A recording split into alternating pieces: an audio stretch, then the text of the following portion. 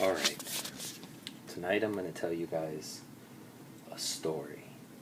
It might sound a bit strange, but it's a story that's essentially, in certain ways, a true story. And even though the names have been changed of the individuals involved, this is a story about things going on in the world. So it's a story for you to reflect upon. Alright. Once upon a time, there was a very ancient man. And this ancient man had a very special relationship with his father.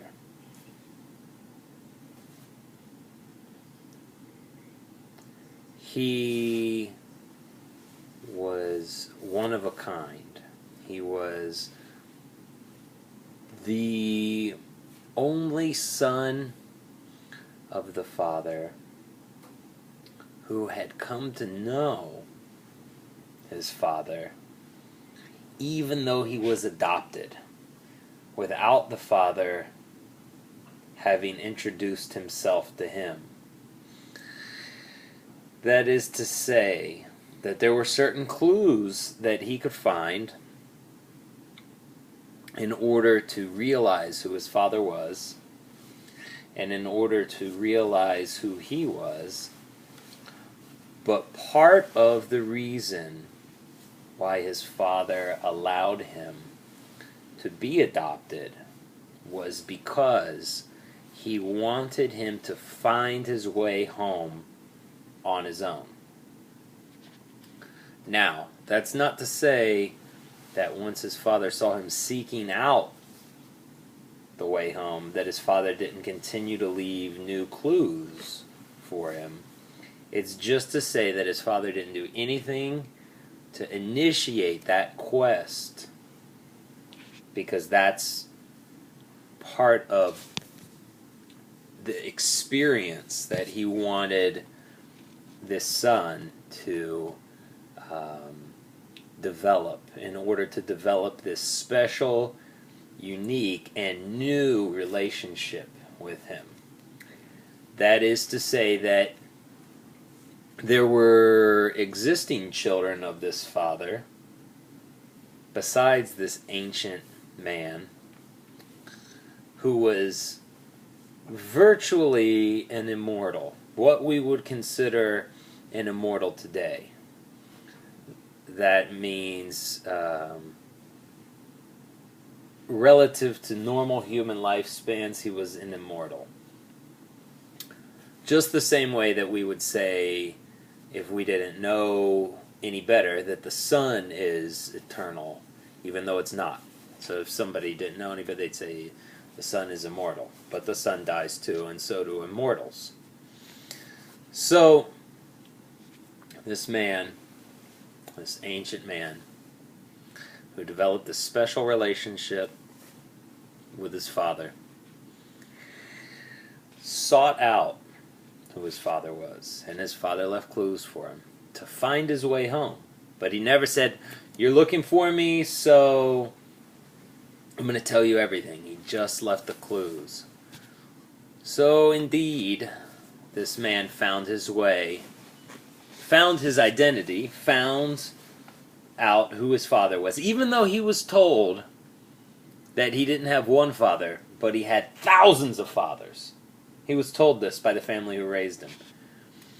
Now, in reality, the family that raised him had come from a long line of people who originally were children of that same father.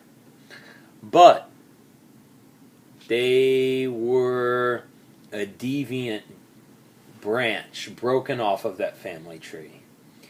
And thus, to prove to them and all other cousins whose family trees had their own broken off branches, so to speak, which had then been put in the ground and transplanted and grown into new trees, to prove to them the error of their ways, the Father allowed them to adopt this new son and raise him in all of their foolishness, believing that they had thousands of fathers, telling him all of this nonsense, and they really seemed to believe it.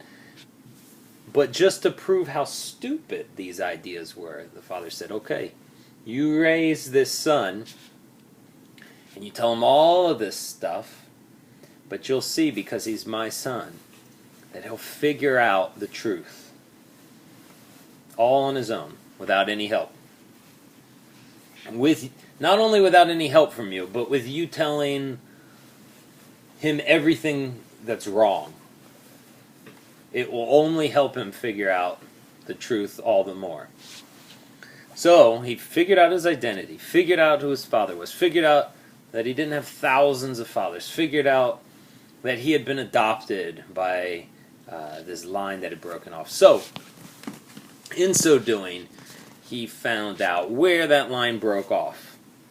And he found out that the members of his household from which that line had deviated, had broken off, there were still members alive who had themselves become immortal.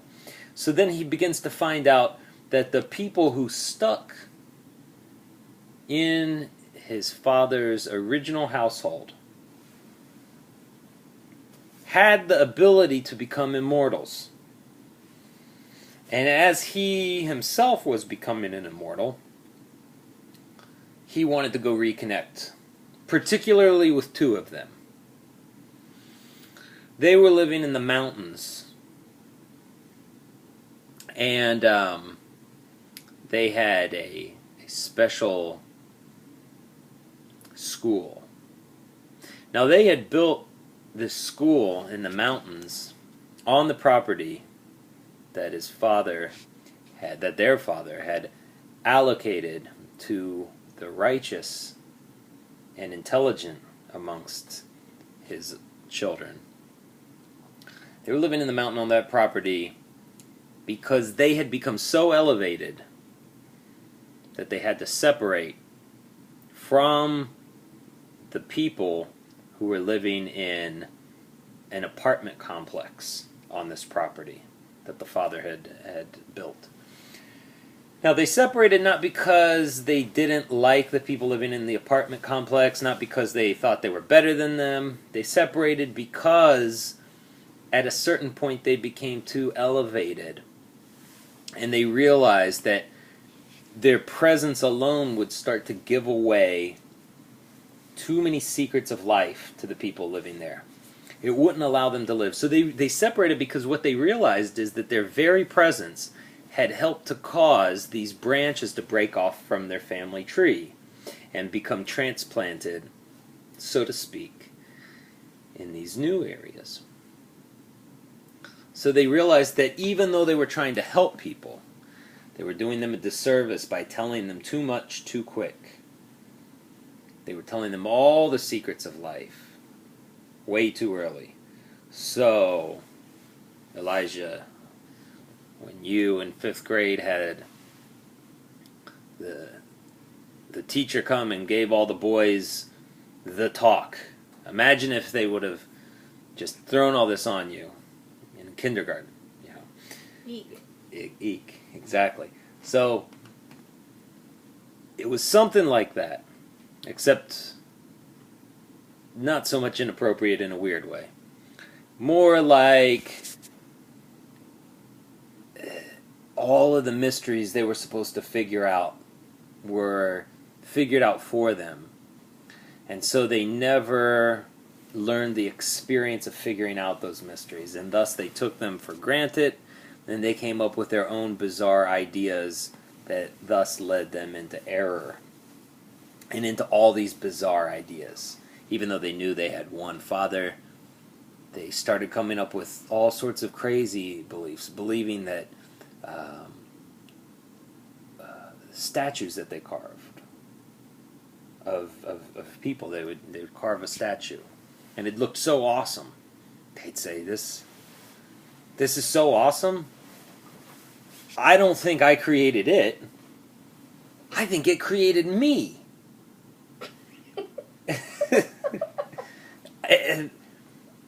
and another individual, they'd carve something out of stone, so a statue out of stone. One would carve it out of wood, and they'd set these up and say, these are our parents.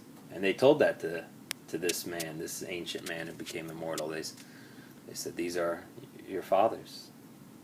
And now it sounds like, what? Of course he didn't believe this, right? But if you were raised as a little baby being told this, it'd be very hard to break away from this. And you saw everyone you met was telling you, yeah, those are our fathers. It'd be very hard to break out of that illusion. So, he goes back.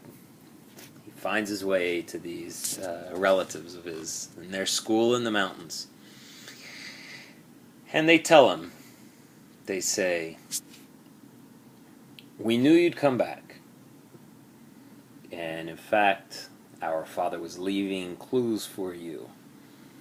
Every step you'd take towards finding your way back, there would be 3 clues left for you. So they told him all of this, and they said, now there is this apartment complex, and it's an enormous apartment complex. There are only a few rules. First of all, you're only allowed to live in this apartment complex, which we know will be no problem for you, if you do justice. Justice. He said, justice? Justice? Yes, not just justice. Justice, justice. Justice, justice. He said, yeah. Has to be complete justice. Everything has to be fair. You can't treat anyone living there unfairly in the least bit, or you're kicked out. So, well, that's fine. Okay, well, there are some people who've moved in there, and some of them look like they're going to be a problem in the future. Like, some of them may not continue to abide by this rule. In fact, them even coming there was against the agreement, because their father had an agreement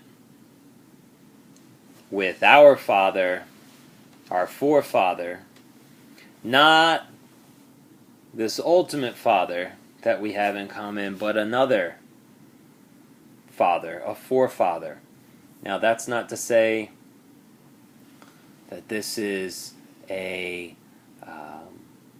father like you were told by your adopted family created people, but just to say an ancestor. So, our ancestor agreed that we live in this apartment, and their ancestor agreed that they'd live in another apartment. And they did this because there were a lot of apartments, and they had to spread out.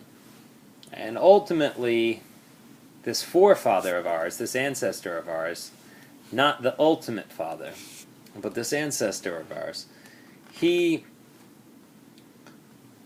decided to live in this land, in this apartment here that we see on this property at the bottom of this mountain.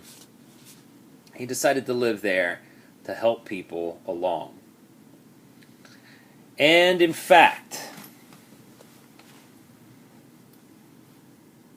he took this place as the place where he would influence people and help them along, because it was the one place that his 2 brothers didn't want to live. So, all of this up till then had been told by one of these 2 this man. And he said, well, who is this guy? The man who came from the adoptive family said, who is this guy? He said to the man who was asking him, or telling him all this stuff. He said, it's your ancestor over there. The one who's more ancient than me. The one with the long beard. The one whose eyebrows are so old that they're sinking over his eyes. In fact, he is your forefather, your ancestor. Yet he's still not your father. And so he said, this is how I know the secrets of what happened, that I know that he took the place that the others didn't want. So he said, this is what's meant by justice. So it means when you go to live in that apartment, there are people who are going to be there who are supposed to live in another apartment complex that your ancestors, your forefathers' brother had agreed his descendants would live in. These other sons of our ultimate father. And even though they've come and moved into this one, which was against the agreement, and they didn't ask, they just moved in. We're not going to hold it against them because they only went into apartments that were unoccupied. So we can just tell that they're going to be a problem in the future, but they're not a problem yet. So when you go in, when we say that the rule is that you can only live there if you do justice, it means that you have to be like your forefather sitting over there. You have to take whatever they don't want. So he said, okay. So this is ultimately what happened. This ancient man from the adopted family who found his way back, who talked to his two relatives, in fact his forefathers. He moved into this apartment complex. And whenever the people who were supposed to be living in another apartment complex agreed to, who their family had agreed to live in another one, whenever they said, we don't want you to live in that apartment complex, or we don't want, this or that, or anything that they said, he said, okay. They said, you can't live in that one. Even if there wasn't someone living in it, he said, where would you like for me to live? I'll live anywhere in here. You tell me the place that you don't want. And that's where he would live. And sometimes even neighbors would complain and they'd say, we just don't like you. There's a lot of unoccupied space here. We don't like you living right next door to us. Can you move a couple doors down? He would pack up his stuff. He would move a couple of doors down. And this is how he understood the law of living there. This was justice. And so he lived there, and he had children, and there's a whole long story to that, and they lived there. And one of them, in fact, moved away and then moved back. There's a whole other story in that, but that's for another time. So, many generations passed, thousands of years. And people who were supposed to do justice, who knew this rule, who knew this law, who knew this agreement, this covenant, they moved back there. And some of them did justice. And others of them said, we can just move in there because our ancestor was this man from the adopted family. But now, what they did is they kicked out other people, even people who also had as their ancestor that man from the adopted family, who were living in apartments there. Now, even though there was room for all of them to live there, they kicked out some, and others simply went away, left their stuff in their apartments, and said, we're going to get out of here because there's all this trouble and fighting. And so these people who were living there just went on vacation.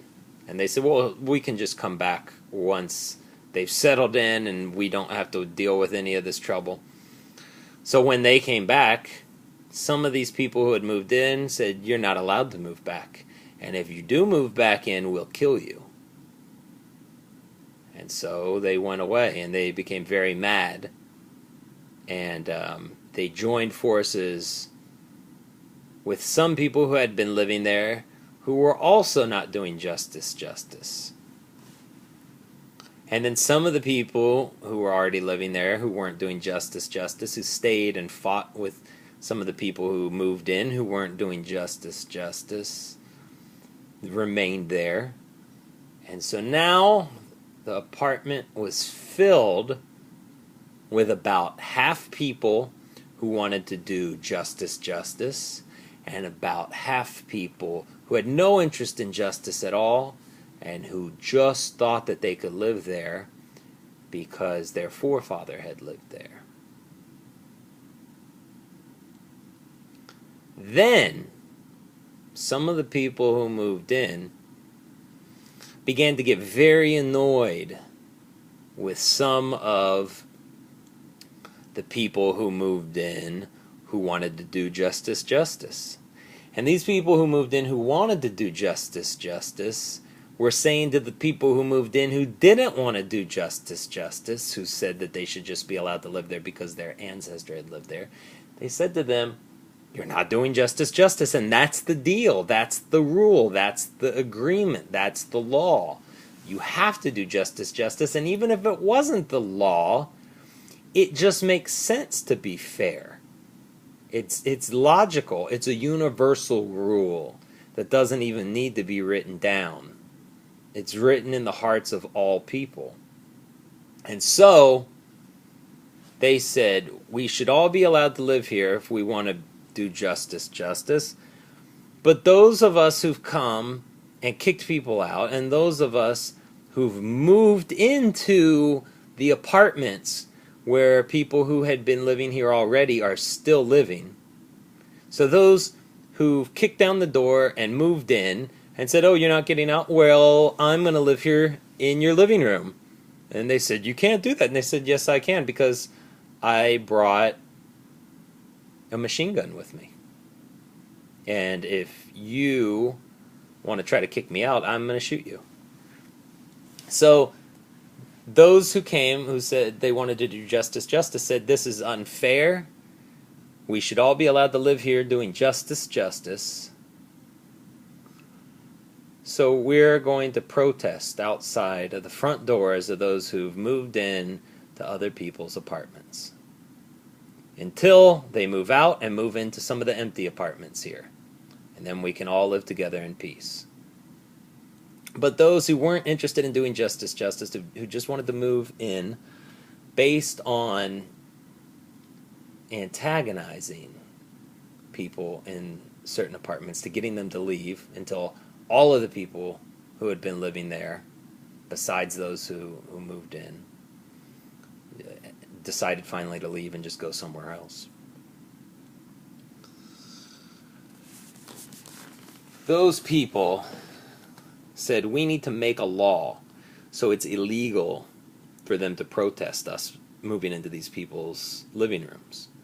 So then they made it illegal, and they said they were going to send anyone to jail who protested this. They said, how can you do this? And they said, how can you do this? Because don't you remember a long time ago, our forefather told us that his forefathers, and ultimately the Supreme Father of all of them and all of us, told them that there would be people here who would pose a problem. And so the people who wanted to do justice said, well, yeah, I know that story. They said, well, after that happened, those people became these people. And so the people who wanted to do justice did some investigation. And they read in the books of legends and stories and the books of moral fables, the books of allegories and metaphor and histories and tales. They read every book they could find. And what they found out was that these people who weren't interested in doing justice had been lying to them. And that in fact, those people talked about by the two ancient ancestors of this ancient immortal man, those people who they said, these people will become a problem, those people did eventually become a problem. And those people began engaging in human sacrifice and murdering kids. And so eventually there became a whole other story about heroes who came and kicked those people out and didn't let them continue their killing of children or any of that.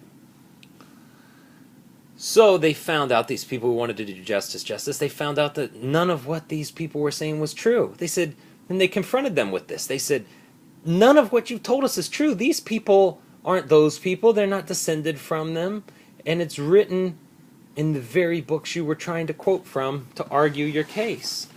You're telling us lies in order to justify your position. But it's unfounded. And so what did these people do? They then said, don't you remember that it's against the law for you to criticize what we were doing? To criticize us living in their living rooms and in their bathtubs and underneath their beds and in their closets? I said, what? Are you out of your mind? The people who wanted to do justice said to them. And with that, they were swept away by the people living in the living rooms and bathrooms and closets with their machine guns, and they were locked in the dungeon of this apartment. And this, as I said, is based on a true story.